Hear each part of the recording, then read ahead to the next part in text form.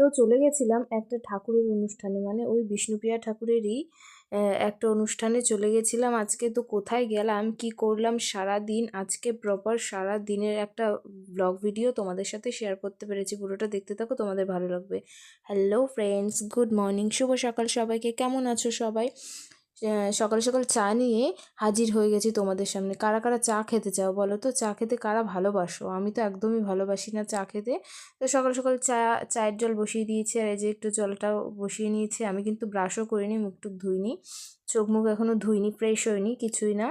তো উঠেছি একটু আগেই, দু একটা কাজ কমপ্লিট করে যে চা দেওয়ার জন্য রেডি হয়ে নিয়েছি। আমার রোজ রোজ ব্রাশ করতে অনেকটাই দেরি হয়ে যায়, আর এদিকের কাজ কমপ্লিট করে নিই। কোনো কোনো দিন তো ঘরটর মোছার পরেও আমি ব্রাশ করি, বা কোনো কোনো দিন এমন হয় রুটি করা হয়ে যায়, তারপর আমি ব্রাশ করে জল খাই, তার কিছুক্ষণ পরে গিয়ে রুটি খাই। তো ওই আর কি, দেখো সকাল সকাল বিছানা গোছাচ্ছি। এরকম কোনো ভিডিও তোমাদের সাথে শেয়ার করা হয় না, কারণ তাড়াহুড়োতে কাজকর্ম কমপ্লিট করে নিই, কিন্তু তোমাদের সাথে কিছুই আর শেয়ার করা হয় না। কিছু শেয়ার করা হয় না মানে এই নয় যে আমি কাজ করি না, আমাকে অনেক কাজই করতে হয়।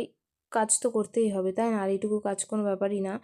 তো যাই হোক, বিছানাটা প্রথমেই গুছিয়ে নিচ্ছিলাম। আর দেখো, আমাদের আগেও তোমাদেরকে বলেছি, এই যে মশারিটা 3 পাশে এরকমভাবে বাঁধিয়ে রাখে। আমি বিয়ের পর থেকে এসে দেখেছি এমন বাঁধাতে, আর আমারও সুবিধা হয় বেশ এইখানে এইভাবে রাখতে। মানে তুলতে পুরোটা খুললে ভাঁজ করতে হবে, তো এরকম একটা ব্যাপার। তো আমার সুবিধা হয় যাতে তাই করে নিই। তো দেখো, আমার সব কিছু কমপ্লিট করা হয়ে গেছে, কিন্তু কেউ আসলে আমি এটা খুলে দিই, কারণ হচ্ছে এইভাবে টাঙানো থাকলে না দেখতে খারাপ লাগে, যতই সুবিধা হয় না কেন কাজের। আর এইটুকু একটা টাঙাতে গোজাগুজিতে রাত্রিবেলা মাঝে মাঝে ঝামেলা শুরু হয়ে যায়, মানে মশারি টাঙানো নিয়ে। আর এখানে যে পরিমাণে মশা, কি আর বলবো, জীবনে কোনো দিনও মানে এমন মশার দেশে থাকিনি, এত পরিমাণে মশা এখানে। তো তারপর এই যে চায়ের কাপ আর গ্লাসটা নিয়ে চলে গেলাম, আমার বর তো চলে গেছিলো দোকানে। আর এই যে দেখো, আমার দেওরের ঘরেও বিছানা পড়ে রয়েছে। তো ভাবলাম যে এই বিছানাটাও তুলেই ফেলি। তো তুলছিলামই যখন, একটু ভিডিওতে ক্যাপচার করেও নিলাম। তো এই বিছানাটা আমি সচরাচর তুলি না, আমার শাশুড়ি তোলে। আজ যেহেতু বৃহস্পতিবার, তো অনেক বৃহস্পতিবারে নিরামিষের জন্য হাঁড়ি কড়াই দিয়ে অনেক কিছু মাঝামাঝি থাকে। তো ঠাকুরের বাসনই বেশি থাকে, আর শুধুমাত্র কড়াইটাই ছিল, আমি বাকিগুলো মেজে রেখেছিলাম। কড়াইটা এক সপ্তাহে একদিন মাজার কারণে অনেকটা এফোর্ট লাগাতে হয়, কড়াইয়ের পেছনে অনেকটা সময় যায়। আর বাইরে যেহেতু মাজতে হয়, মশাই শেষ করে দেয়, তো আমি ওই রিস্কটা এখনও কখনো নিইনি, আর আমাকে বারণ করে। সে যাই হোক, ওই জন্য আমি এই বিছানাটাও তুলে নিচ্ছিলাম। তারপরে বিছানা গোছানো কমপ্লিট হলে আমি আবার চলে গেলাম রুটি বানাতে, কারণ রুটি খাবো। সকালবেলা কিছু তো খেতে হবে, শর্টকাটের মধ্যে এটাই একমাত্র। আর অন্য কিছু যে পারি না এমন ব্যাপার নয়, চেষ্টা করলেই পারবো, কিন্তু অত কিছু করার পর না আর ভালো লাগে না। তারপরে আমার আর আমার শ্বশুরের জন্যই রুটিটা করছিলাম। আমার শাশুড়ি বললো খাবে না, ওনার ঠাকুরের প্রসাদ রয়েছে, খই প্রসাদ, তো উনি সেটাই খেয়ে নেবে বললো।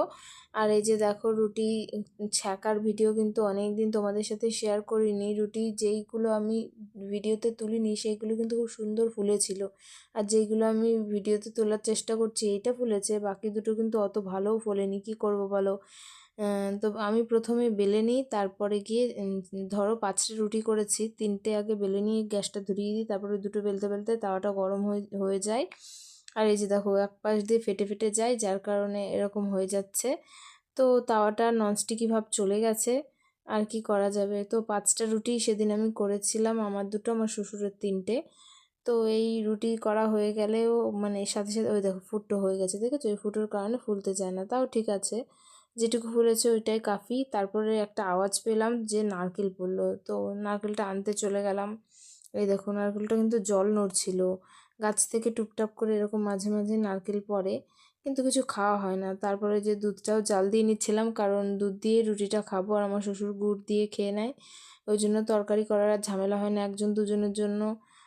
পরে আবার কাজ থাকে, তো তো প্রথমেই অত কিছু করে আর কি দরকার। এই যে আমার দুটো রুটি রয়েও গেছে, তো এই রুটি দুটোই দুধ দিয়ে খেয়ে নেবো। ছিঁড়ে দুধ দিয়ে রুটি খেতে খেতে একেবারে আর ভালো লাগে না দুধ রুটি খেতে, কিন্তু কি করব, আঁকার জন্য আবার কি তৈরি করব, তো তাই করিও না।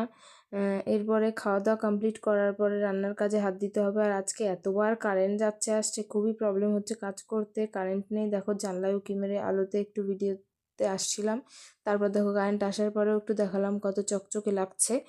কারেন্ট না থাকলে কি আর ভালো লাগে? একটা কাঁচা সয়াবিন ভিজিয়ে রাখা ছিল, সেটাই গালে দিয়ে চিবাচ্ছিলাম। তো সেইটাই আর কি মানে ভিডিওতে ভাবছিলাম যে না চিবাবো না, তো তাই আর কি। তারপরে দেখো কী কী রান্না করে নিয়েছি। ডাল হয়ে গেছে, সয়াবিন কেটে সেদ্ধ মানে হ্যাঁ কেটে সেদ্ধ করেও নিয়েছি।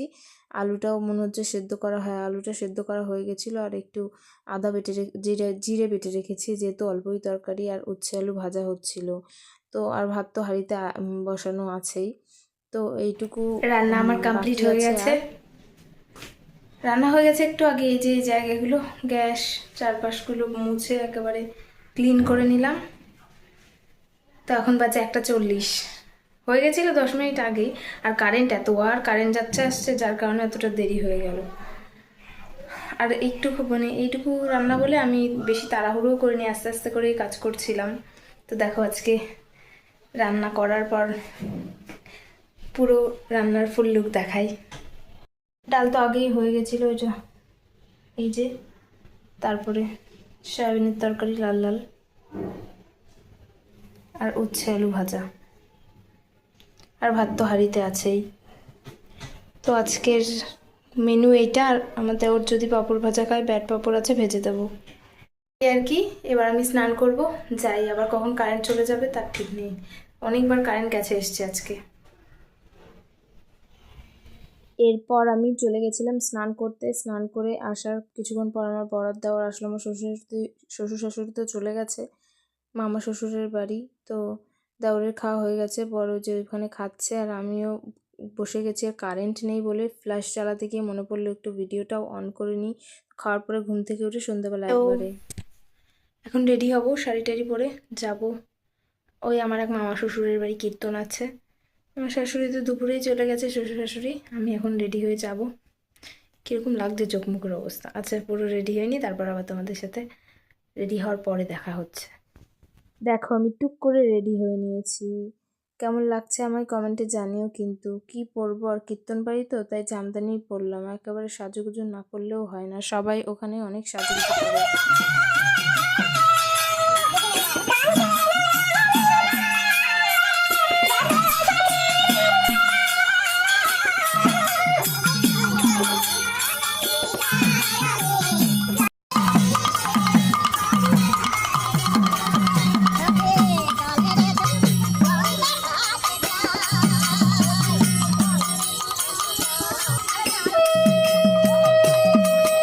এখানে কীর্তনের সিস্টেমটা বিয়ের মতো। এখানে যে জল ভরতে যাওয়া হয়, জল ভরতে এসে আর কি ফুল তেল বাতাসা অনেক কিছু দিয়ে গঙ্গা নিমন্ত্রণ করে না কি করে না, জল নেয় ঘটি কলসি করে ঘটি করে।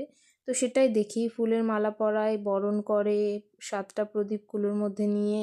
তো এইসবই নিয়মকানুন করে। ওই গুরুদেবের অনুষ্ঠানেও দেখেছিলাম, আর এখানেও দেখছি। মানে অনুষ্ঠানটা তো একই, সে যেখানেই করা হোক না কেন। ওই যে মালাটা দেওয়া হয়, তার মাঝখান দিয়ে পান দেয়, ফুল দেয়, হাবিজাবি আরও অনেক কিছুই দেয়। তো এইভাবেই আর কি নিয়মকানুনটা পালন করা হয়। তেল দেয়, সিঁদুর দেয়, অনেক হলুদও হয়তো বা দেয় নাকি জানি না, আমার ঠিক মনে নেই, হয়তো বা দেয়। তো আমি অতটাও ভালো করে ফলো করি না। তো সেই আর কি ব্যাপার। ওই যে যিনি বরণ করছে ওইটাই হচ্ছে আমার মামি শাশুড়ি, আর ওনার মেয়ে, ওই যে ওনাদের বাড়িতেই হচ্ছিল কীর্তন। এরপর জল ভরা কমপ্লিট হয়ে গেছে। দেখো সবাই ফিরছে, ওইভাবে কীর্তন করতে করতেই ফিরছে। তারপর গিয়ে ওখানে রাস্তায়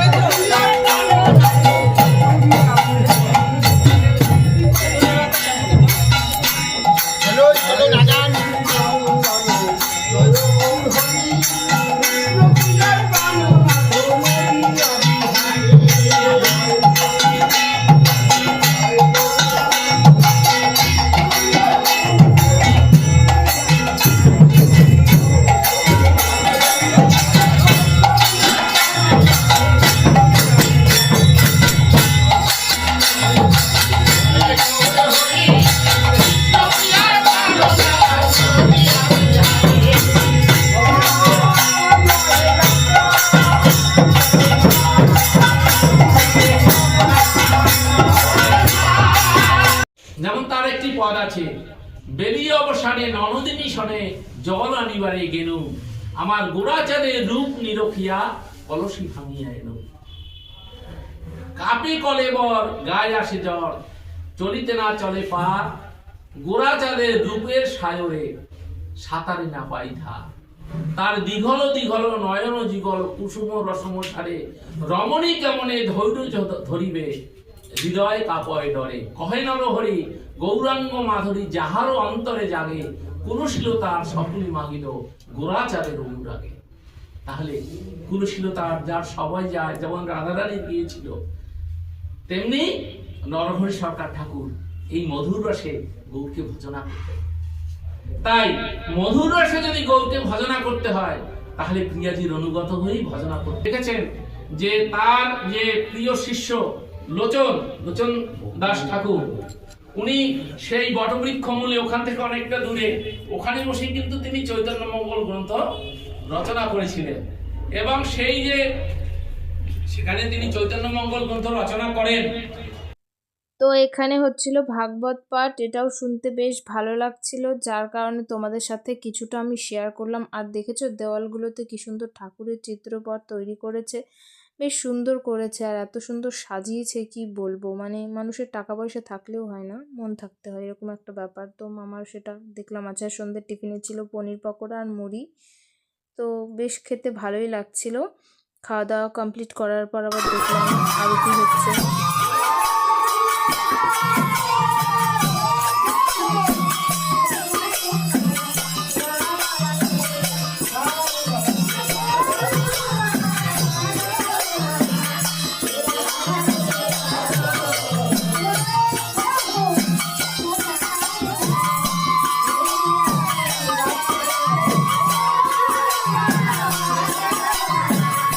আরতি কমপ্লিট হওয়ার পর ঠাকুরের ভোগ লাগানো হবে। দেখো এখানে ফুলগুলো ছড়ানো ছিল, তো এত ফুলের মাঝখানে তো আর দেওয়া যায় না ভগবানকে ভোগ, তো সেই জন্য আর কি এগুলো তুলে পরিষ্কার করা হচ্ছে। তারপর ছাদে চলে গেছিলাম খাওয়া দাওয়া করার জন্য, আর পরের দিনে রান্না করার জন্য তৈরি হচ্ছিল সবাই। নেক্সট দিন আবার পরেরটা শেয়ার করবো। টাটা।